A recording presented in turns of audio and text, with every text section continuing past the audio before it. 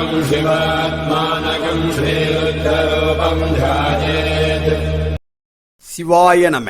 சித்த தரிசனம் சேனல் வாயிலாக ஜீவன் முக்தர்கள் அருள்பாலித்துக் கொண்டிருக்கும் ஜீவாலயங்கள் யாத்திரையில் எங்களோடு உங்களையும் அழைக்கிறோம். வாருங்கள், பயணிப்போம். அடியேன் கே. சாய் சீனிவாசன், சாது அருளானந்த சுவாமிகள் தொண்டன், வாலாஜாப்பேட்டை.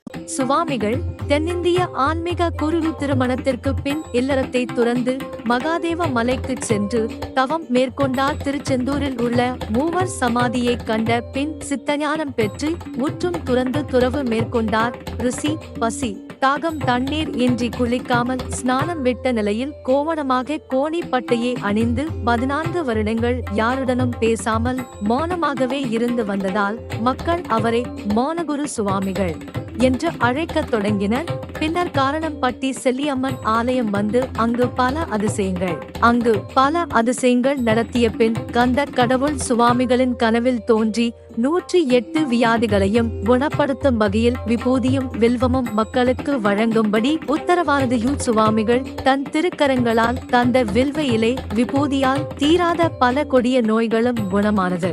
அதனால் பெற்ற காணிக்கைகளை கொண்டு பல திருக்கோவில்களில் திருப்பணிகள் செய்து வந்தபோது தீபாவளி அன்று நோன்பு தினத்தில் திருவலம் திருத்தலத்தில் திருப்பணி செய்யும் படி உத்தரவானது. திருச்செந்தூர் முருகனின் பன்னீர் இலை விபூதி ஔஷதமானதை. கோயில் வளாகம் சுமார் 1 ஏக்கர் பரப்பளவில் உள்ளது மற்றும் 5 அடுக்கு கோபுரம் வழியாக நுழைகிறது. முக்கிய நுழைவாயில். இக்கோயிலில் வில்வநாதேஸ்வரர் மற்றும் அவரது துணைவியார் வல்லாம்பிகை ஆகியோரின் சன்னதிகள் மிக முக்கியமானவை. கோவிலின் அனைத்து சன்னதிகளும் பெரிய செறிவான செவ்வக கிரானைட் சுவர்களால் சூழப்பட்டுள்ளன. 8ஆம் நூற்றாண்டு 2ஆம் நந்திவர்மன் சகாப்தம் மற்றும் அதற்கு பிற்பட்ட பல வரலாற்று கல்வெட்டுகள் இந்த கோயிலில் உள்ளன. மௌனகுரு சுவாமிகளின் ஆசியை பெற்று வாழ்வாங்கு வாழ சித்த தரிசன சேனல் வாயிலாக கேட்டுக்கொள்கிறோம். மேலும் சப்ஸ்கிரைப் செய்து லைக் செய்யுங்கள். நமஸ்காரங்கள்.